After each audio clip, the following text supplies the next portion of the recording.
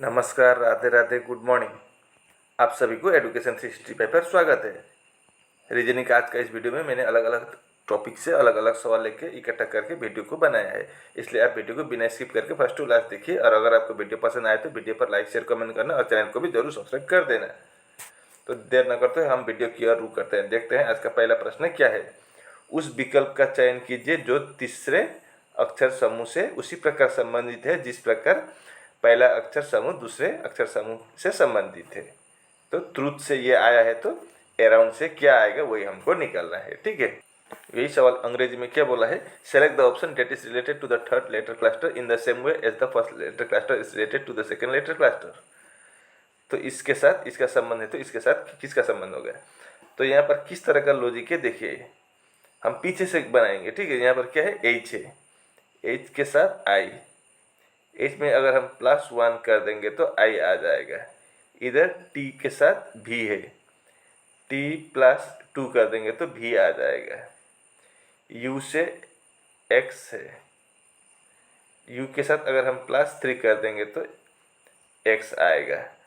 Are के साथ अगर हम +4 कर देंगे तो भी आएगा। और टी के साथ +5 कर देंगे तो क्या आएगा, वाई आएगा। मतलब समझे ना, टी का प्लेस वैल्यू 20 है, +5 कर देंगे तो 25 वाई। आर का 18 है, +4 कर देंगे तो 22 भी। यू का 21 है, +3 करेंगे तो 24 एक्स। उसी प्रकार बनाया है। तो अगला भी हम ऐसे ही बनाएंगे। यहाँ पर डी है, डी का प्लेस वैल्यू कितना है, 4 है, तो +1 कर देंगे तो कितना आएगा, 5, यानी कि ई आएगा पहला अक्षर। तो आपका डी ऑप्शन नहीं होगा। अब दूसरा क्या है, एन है, यहाँ पर +1 हुआ है तो अगला +2 होगा। तो n+2 क्या होगा, p होगा। तो आपका ए ऑप्शन भी नहीं होगा। अब u है, u के साथ +3 करेंगे तो x आएगा। अब x दोनों में ही है, b और c, तो इससे पता नहीं चलेगा। अब o के साथ +4 करेंगे, o का प्लेस वैल्यू 15 है, +4 19 का मतलब s हो गया। एस भी चार दोनों में ही है, अभी भी हमारा आंसर नहीं निकला है। अब यहाँ पर आर, आर का प्लेस वैल्यू 18 है, 18 +5 कर देंगे तो कितना होगा, 18 +5 23, 23 यानी कि डब्ल्यू होगा। तो फिर आपका बी ऑप्शन में है ये, सी ऑप्शन में डब्ल्यू नहीं है। ठीक है, तो फिर हमारा बी ऑप्शन क्या होगा, सही जवाब होगा। बी ऑप्शन राइट है। ठीक है, हमने लास्ट का ये बनाने के जी नहीं लिखा है, ज़रूरत भी नहीं है, हमें आंसर पहले ही निकल चुका है। ठीक है, ये रहा अगला सवाल। शिवानी 17 किलोमीटर उत्तर दिशा में गाड़ी चलाती है, फिर 9 किलोमीटर पूर्व दिशा में और फिर 17 किलोमीटर दक्षिण दिशा में। सीधी रेखा में देखने पर शिवानी प्रारंभिक बिंदु से कितने दूर है। तो चलिए अब हम इसको बनाते हैं। Shivani drives 17 kilometre to the north. मान लीजिए शिवानी यहाँ है, यहाँ से किधर चली गई, नॉर्थ, मतलब नॉर्थ ऊपर होता है। कितने चली गई, 17 किलोमीटर उत्तर की तरफ चली गई। ठीक है, अब उसके बाद क्या हुआ, देन ड्राइव्स 9 किलोमीटर ईस्ट, पूरब की तरफ 9 किलोमीटर फिर चली गई, इधर 9 चली गई। And then drives 17 kilometre south, फिर वो 17 किलोमीटर दक्षिण की ओर आई। तो यहाँ से यहाँ 17 किलोमीटर था, अब ये पर 9 इधर है, फिर 17 बोला तो यहाँ यहीं आ पहुँची, इसके सीधा ही होगा। ठीक है, इधर 17 किलोमीटर आप गई दक्षिण की तरफ।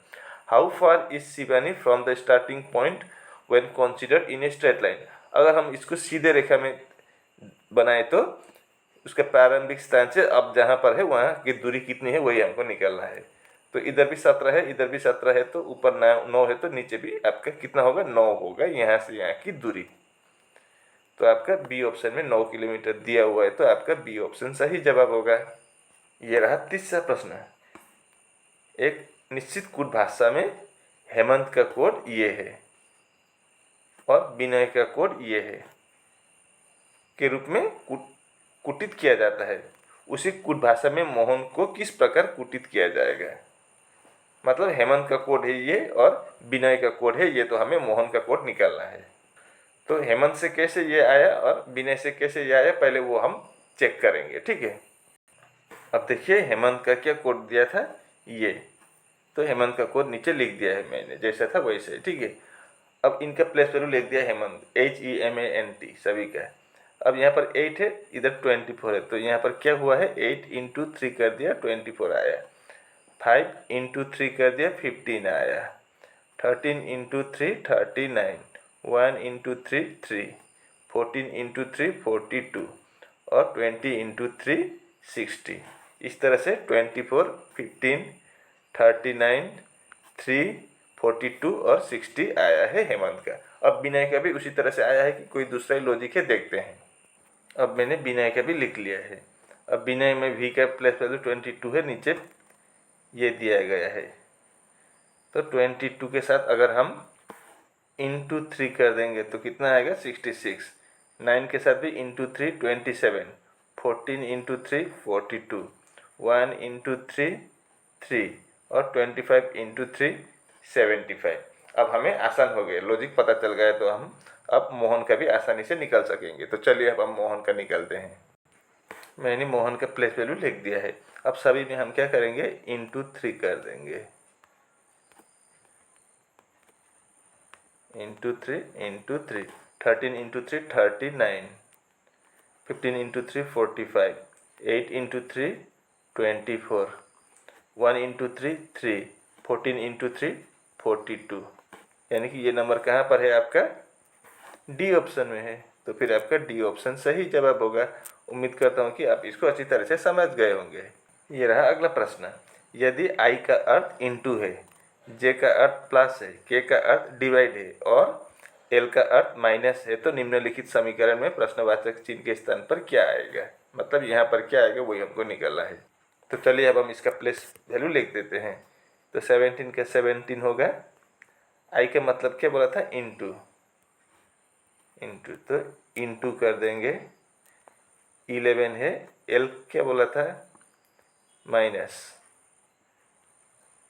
8, उसके बाद क्या है जे है, जे स्टैंड फॉर प्लस 4, फिर क्या है एल है, एल स्टैंड फॉर माइनस 148, उसके बाद के है, के स्टैंड फॉर डिवाइड बाय 4, उसके बाद जे है, जे स्टैंड फॉर प्लस 22। अब यहाँ पर बोर्डमस अप्लाई होगा, तो सबसे पहले हम ब्रैकेट के अंदर के बनाएंगे। 17 इंटू 11 माइनस 8 3 प्लस 4 7 माइनस 148 को अगर हम डिवाइड करेंगे अब ब्रैकेट के बाद, ठीक है। तो 148 को अगर हम 4 से डिवाइड करेंगे तो कितना आएगा 37 आएगा प्लस 22। अब 17 इंटू 7 119 माइनस 37 प्लस 22। अब 119 प्लस 22 करेंगे तो 141 आएगा, माइनस 37 करेंगे तो 104। मतलब क्वेश्चन मार्क की जगह पर 104 होगा आंसर। तो ये किस ऑप्शन में है आपका बी ऑप्शन में है, तो आपका बी ऑप्शन सही जवाब होगा। ये रहा 5वां प्रश्न। निम्नलिखित में से कौन सी संख्या दी गई श्रृंखला में प्रश्नवाचक चिन्ह के स्थान पर आएगी। मतलब यहाँ पर क्या आएगा वही हमको निकालना है। Which of the following number will replace the question mark in the given series। तो यहाँ पर क्या आएगा वही हमको निकालना है। तो चलिए अब हम इसको निकालते हैं। कैसे कैसे नंबर है -32 -8 -2 क्वेश्चन मार्क, और इधर सॉरी यहाँ पर माइनस होना चाहिए था, ठीक है, -1/8। अब यहाँ पर देखिए इससे ये छोटा, इससे ये छोटा हो रहा है, तो हम एक काम करेंगे, माइनस पहले छोड़ दीजिए, माइनस माइनस छोड़ दीजिए, अब सिर्फ नंबर याद रखिए, ठीक है। तो 32 से 8 लाना हो तो हम क्या करेंगे डिवाइड बाई 4 कर देंगे, तो 32 को 4 से डिवाइड करने पर 8 आएगा। 8 को भी अगर हम 4 से डिवाइड कर देंगे तो कितना आएगा 2 आएगा। मतलब दोनों जगह पर डिवाइड 4 हुआ है, तो यहाँ पर भी हम डिवाइड 4 से ट्राई करेंगे।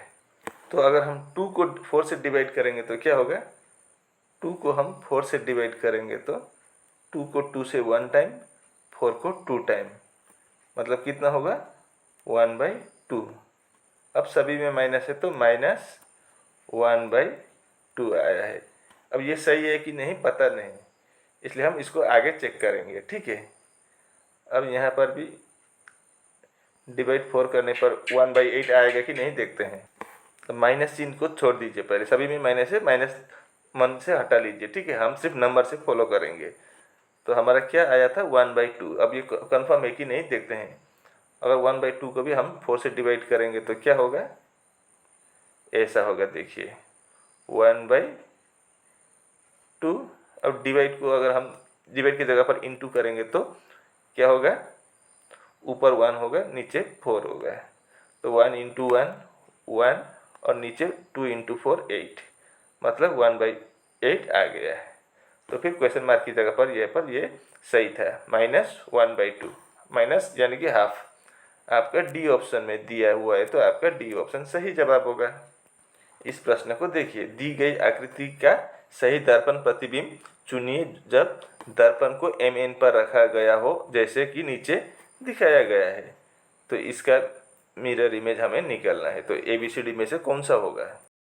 Select the correct mirror image of the given figure when the mirror is placed at MN as shown below. तो ऐसा होगा। अब ये अंदर क्या है वो थोड़ी देर के लिए छोड़िए, पहले हम इसको देखते हैं, ठीक है। यहाँ तक पहुँचा है, ऐसा है। अब इस साइड होगा, क्योंकि मिरर इधर है, मिरर के सामने है तो मिरर के सामने ही होगा। अब लेकिन यहाँ पर सी में देखिए, मिरर इस साइड होना चाहिए था, इस साइड है, तो आपका सी ऑप्शन नहीं होगा। डी में भी वैसे ही है, नहीं होगा। अब देखिए ये एरो, देखिए ऊपर के एरो किधर है, मिरर की तरफ पॉइंट कर रहा है, ठीक है। तो इधर भी ऊपर के मिरर की तरफ पॉइंट करता हुआ होना चाहिए। अब यहाँ पर देखिए बी में अपोजिट साइड में है, मिरर से दूर की तरफ है, इधर जा रहा है, तो ऐसा नहीं होगा। ये आपका ए ऑप्शन में जो मिरर की तरफ आ रहा है, तो आपका ए ऑप्शन बिल्कुल सही जवाब होगा इस सवाल का। ये रहा 7वां प्रश्न। एन का मतलब क्या है, पति है। @ का मतलब क्या है, भाई है। डॉलर का मतलब पिता है और हैच का मतलब माता है। तो उपरोक्त के आधार पर यदि FNGHH @I $J है तो FJ से किस प्रकार संबंधित है। तो चलिए हम इसको बनाते हैं, ठीक है।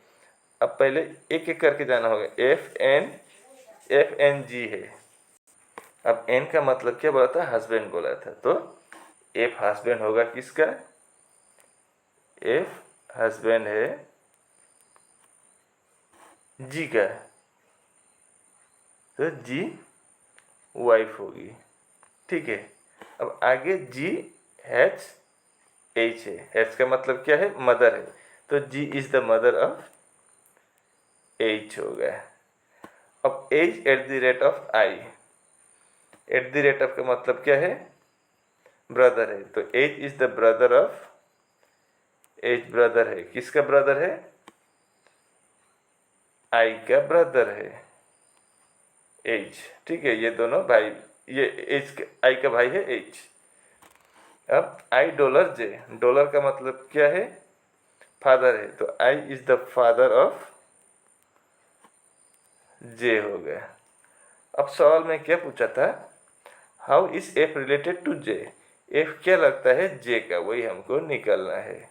अब देखिए F और G पति पत्नी है और इन दोनों के 2 बेटे हैं, एक H एक I, और I के बेटे हैं या बेटी है पता नहीं, कंफर्म नहीं है, लेकिन I के बच्चे हैं J, इतना तो कंफर्म है।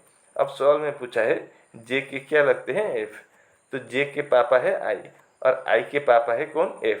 तो पापा के पापा को क्या बोलते हैं, दादा बोलते हैं यहाँ पर, लेकिन ग्रैंडफादर का ऑप्शन नहीं है, फादर्स फादर है, तो आपका बी ऑप्शन में फादर्स फादर दिया हुआ है, तो आपका बी ऑप्शन सही जवाब होगा। ये रहा अगला प्रश्न।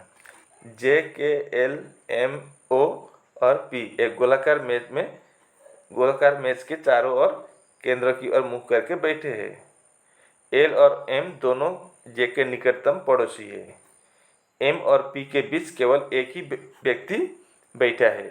O J के दाईं ओर दूसरे स्थान पर बैठा है। O L के निकटतम पड़ोसी नहीं है। K के निकटतम दाईं ओर कौन बैठा है वही हमको निकालना है। तो ये रहा आपका अंग्रेजी में सवाल।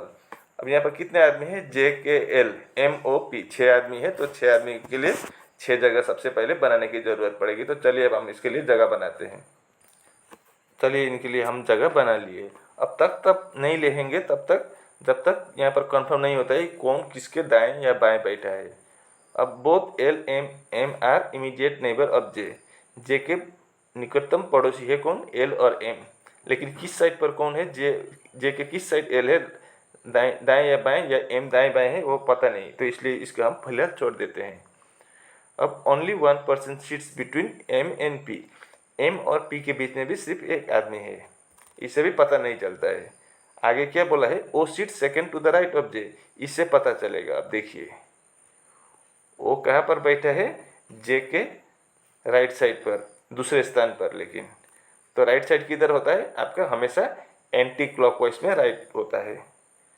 तो अगर J यहाँ पर है तो O किधर होगा? पहला दूसरा स्थान पर है राइट साइड पर, तो O का स्थान यहाँ हो जाएगा। अब इतना तो हमें मिल ही गया है। अब आगे क्या बोला है? O is not an immediate neighbour of L।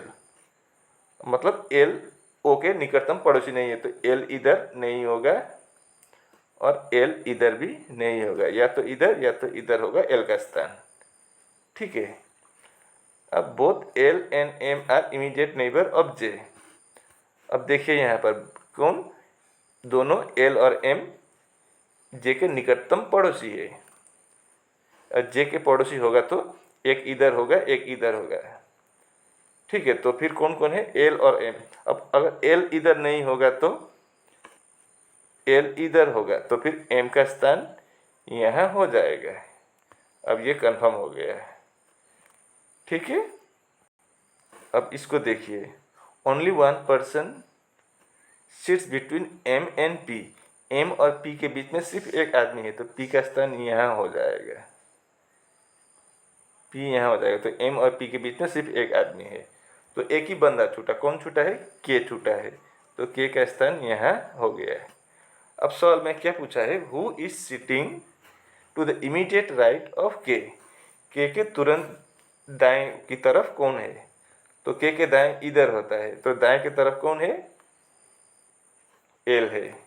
K के दाएं की तरफ L है, तो आपका बी ऑप्शन में L दिया हुआ है, तो आपका बी ऑप्शन सही जवाब होगा। ये सवाल आपका सिलोक से है। ठीक है। कथन में क्या बोला है? सभी नोटबुक रबड़ है। अगला कथन में बोला है सभी रबड़ पेन है। निष्कर्ष में क्या बोला है? सभी नोटबुक पेन है। और अगला में बोला है कुछ नोटबुक पेन है। तो इसको हम अंग्रेजी में भी देखते हैं। स्टेटमेंट में क्या बोला है? All notebook are eraser. तो चलिए अब हम इसको बनाते हैं। ठीक है। सभी नोटबुक क्या है? इरेजर है, तो सभी नोटबुक इरेजर के अंदर आएंगे। हमारा पहला स्टेटमेंट हो गया। दूसरा स्टेटमेंट में क्या बोला है? All erasers are pen. तो सभी इरेजर क्या है? पेन है, तो ऐसा होगा। अब कंक्लूजन चेक करते हैं। पहला कंक्लूजन में क्या बोला है? All notebooks are pen. सभी नोटबुक पेन है क्या? बिल्कुल है, सभी नोटबुक पेन के अंदर ही आते हैं, तो पहला कंक्लूजन बिल्कुल सही है। दूसरा कंक्लूजन में क्या बोला है? सम पेन्स आर नोटबुक। कुछ पेन नोटबुक है क्या? बिल्कुल है, ये हिस्सा पेन का नोटबुक में आता है, तो दूसरा कंक्लूजन भी आपका सही है। तो कौन सा आंसर सही होगा? बोथ कंक्लूजन 1 एंड 2 फॉलो होगा। आपका डी ऑप्शन सही जवाब होगा। ये रहा अगला सवाल। निम्नलिखित में से कौन सी संख्या दी गई श्रृंखला में प्रश्नवाचक चिन्ह के स्थान पर आएगी? मतलब यहाँ पर क्या आएगा? Which of the following numbers will replace the question mark in the given series? तो क्वेश्चन मार्क की जगह पर क्या आएगा वही हमको निकालना है। तो नंबर किस तरह से गया है देखिए 43 48 बड़ा है, 43 से 48 बड़ा है, लेकिन 46 और कम हुआ है। इधर क्या होगा बाद में देखा जाएगा, लेकिन 49 बड़ा है, 54 बड़ा है, 52 छोटा है। मतलब छोटा बड़ा होता जा रहा है। तो इसको हम दो तरह से कर सकते हैं। एक ऐसे 43 48 मतलब +5 हुआ है, 43 + 5 48, ठीक है। अगला 48 से 46 -2 हुआ है, 48 - 2 46। अब यहाँ पर क्या होगा वो पता नहीं, फिलहाल इसको छोड़ देते हैं। अब 49 से 54 में +5 हुआ है, 49 + 5 54, 54 - 2 52। अब यहाँ पर भी +5 - 2, इधर भी +5 - 2, तो अगला भी हम +5 और -2 कर देंगे। तो 46 + 5 कितना होगा 51, और 51 - 2 करेंगे तो 49। इस तरह से भी हम निकल सकते हैं। तो आंसर कितना आया 51। आपका बी ऑप्शन में 51 दिया हुआ है, तो आपका बी ऑप्शन सही जवाब होगा।